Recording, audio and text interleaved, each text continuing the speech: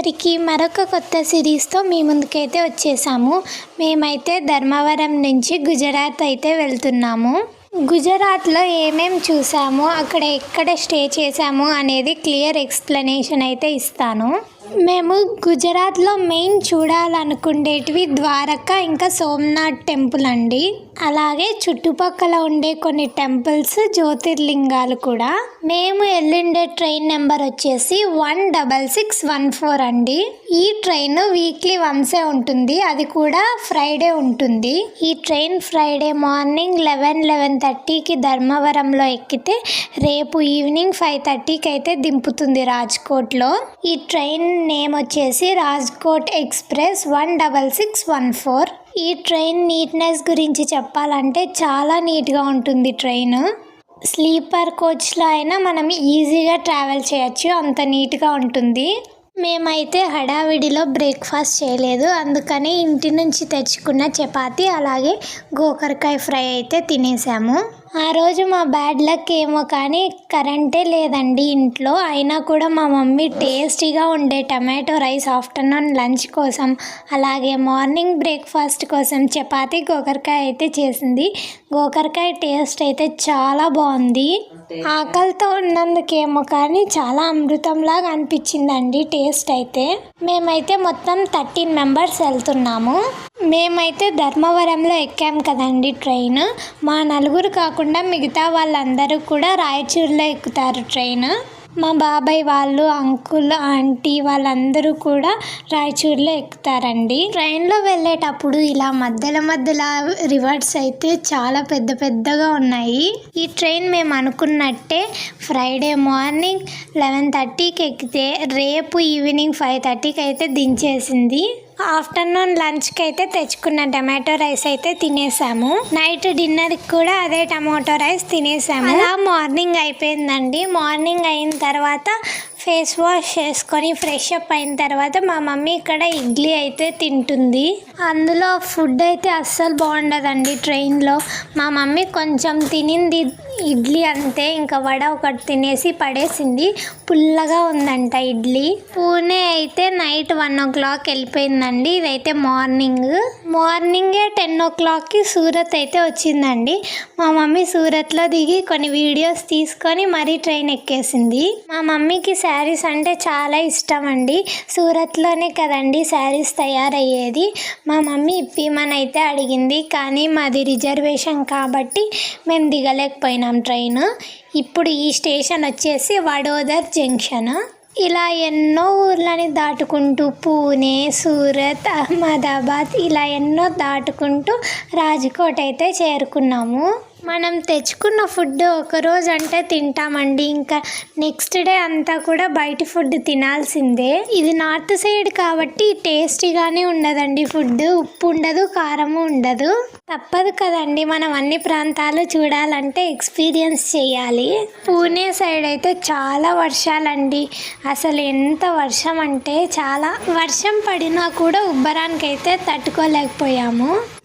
మధ్యలో అయితే ఇలా స్నాక్స్ తిన్నామండి.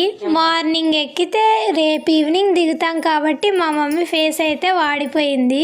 ఇలా ఇచ్చారండి, అదేదో స్నాక్ బ్రెడ్ ఇంకా సమోసా ఇచ్చారు. సమోసా తినేసి బ్రెడ్ పడేసింది.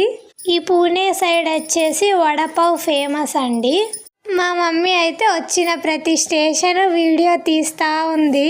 ఆడికే చాలా స్టేషన్స్ అయితే మిస్ అయిపోయింది, కొన్ని మాత్రం తీసింది. ఎన్నన్ని తీస్తాం చెప్పండి, 3 రోజుల జర్నీ. ఇక్కడైతే చెరువులు, నదులు, కొండలు ఏంటివేటివో వస్తూనే ఉన్నాయి.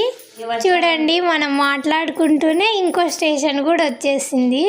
ఆఫ్టర్నూన్ లంచ్ కోసం అయితే అహ్మదాబాద్లో మా డాడీ ఫోన్లో అయితే ఆర్డర్ పెట్టాడు.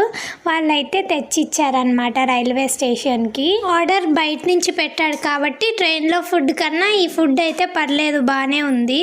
వెజిటేబుల్ బిర్యానీ అయితే ఆర్డర్ పెట్టాడండి. టేస్ట్ అయితే పర్లేదండి. ట్రైన్లో దొరికే ఫుడ్ కన్నా ఈ ఫుడ్ అయితే బాగుంది. ఇక్కడ మా మమ్మీ అయితే తింటుంది. ఈ చిన్న బాక్స్ 300 రూపీస్ అంటండి. అహ్మదాబాద్లో ఏదో రెస్టారెంట్ నుంచి అయితే ఆర్డర్ పెట్టాడు. మేము అహ్మదాబాద్ వెళ్ళేసరికి 1:30 అయింది టైం.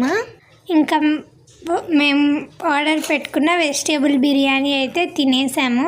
వాళ్ళైతే సరిపడా కప్స్, ప్లేట్స్, స్పూన్స్, ఇంకా పెరుగు అన్నీ కూడా ఇచ్చారు.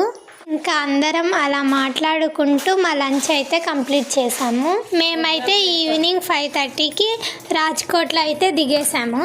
మేమైతే డైరెక్ట్ రాజ్కోట్ నుంచి ద్వారకా అయితే వెళ్తామండి. మేము 5:30కి దిగితే రాజ్కోట్లో మాకు ద్వారకా ట్రైన్ అయితే 9:30కి ఉందండి నైట్. మేమైతే నైట్ కాబట్టి వందే భారత్ ప్రిఫర్ చేసాము. అంతవరకు ఖాళీగా ఉంటామని ఏసీ వెయిటింగ్ హాల్లో అయితే వెయిట్ చేసాము. మేము కొన్ని పార్క్స్ అయితే చూడడానికి వెళ్ళాము. అందులోనూ ఫన్ వరల్డ్ చూడడానికి అయితే వెళ్ళాము. రాజ్కోట్లో ఉంది అది. అలా కొంతసేపు అక్కడ టైం స్పెండ్ చేసి డిన్నర్ చేసుకొని మరీ రైల్వే స్టేషన్కి వచ్చి వందే భారత్ ట్రైన్ అయితే ఎక్కాము. అది ఎలా ఉంది అనేది నెక్స్ట్ వీడియోలో చూపిస్తాం మీకు. రాజ్కోట్లో ఉన్న ఫన్ వరల్డ్ చూసేసరికి టైం అయిపోయిందండి. అందుకని అదొకటే చూసాము. అదైతే నెక్స్ట్ వీడియోలో చూపిస్తాను. ఖచ్చితంగా మిస్ చేయకుండా చూడండి. ఇంకా చూడండి, ట్రైన్ దిగి అయితే వెళ్తున్నాము. ఏసీ వెయిటింగ్ హాల్లోకి అయితే వెళ్తున్నామండి. ఏసీ వెయిటింగ్ హాల్ అయితే ఫ్రీ అండి ఇక్కడ. ఎందుకంటే మేము వందే భారత్ ఏసీ బుక్ చేసుకున్నందుకు మాకు ఫ్రీ అన్నమాట. ఈ ఫెసిలిటీ బాగుంది కదండి ఇక్కడ. ఇంకా ట్రైన్కి చాలా టైం ఉంది కాబట్టి మేము ఫన్ వరల్డ్ చూడడానికి అయితే వెళ్ళాము. ఏసీ వెయిటింగ్ హాల్లో లగేజ్ అంతా పెట్టేసి ఆటో మాట్లాడుకొని అయితే వెళ్ళామండి. ఈ రైల్వే స్టేషన్లో ఎక్సిలేటర్ ఉంది, లిఫ్ట్ ఉంది, స్టెప్స్ కూడా ఉన్నాయండి. మేము ఎక్సిలేటర్ ఉంటే ఊరుకుంటామా, వెళ్ళి అక్కడ ఆడుకుంటూనే ఉన్నాము. మేము ఆడుకుంటూ ఉంటే అక్కడున్న పోలీస్ అంకుల్ మా తమ్ముడిని అయితే తప్పిపోయావా బాబు అని అయితే అడుగుతున్నాడు.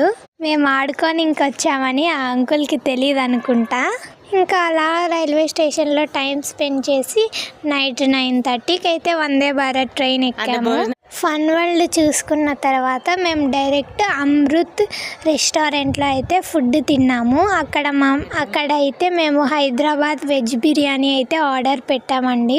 టేస్ట్ అయితే చాలా బాగుంది. ఏమో ఎలా ఉంటుందో అనుకున్నాం కానీ టేస్ట్ అయితే చాలా బాగుందండి. డిన్నర్ చేసి వందే భారత్ అయితే ఎక్కాము. మేమైతే 9:30కి ట్రైన్ ఎక్కితే ద్వారకాలో దిగేసరికి నైట్ 12:30 అయింది. మా మమ్మీ వందే భారత్ ట్రైన్ ఎక్కడం అయితే రెండోసారి. అక్కడికి వెళ్ళిన తర్వాత రూమ్ తీసుకున్నాము. రాజ్కోట్లో అయితే మన ఇండియన్ ఫ్లాగ్. మేమైతే ఎక్సిలేటర్లో ఆడుకోవడానికి వచ్చినప్పుడు ఈ వీడియో అయితే తీశాను. ఎప్పుడెప్పుడు ద్వారక వెళ్తాం, ఎప్పుడెప్పుడు శ్రీకృష్ణుని దర్శనం కంప్లీట్ చేసుకుంటాం అని మా మమ్మీ ఎదురు చూస్తూ ఉందండి. మరి నెక్స్ట్ వీడియో కోసం మీరందరూ వెయిట్ చేస్తున్నారని అనుకుంటున్నాను. ఈ వీడియో నచ్చితే ఖచ్చితంగా ఒక లైక్ చేయండి. మరెన్నో ఇలాంటి ఇంట్రెస్టింగ్ వీడియోస్ కోసం సబ్స్క్రైబ్.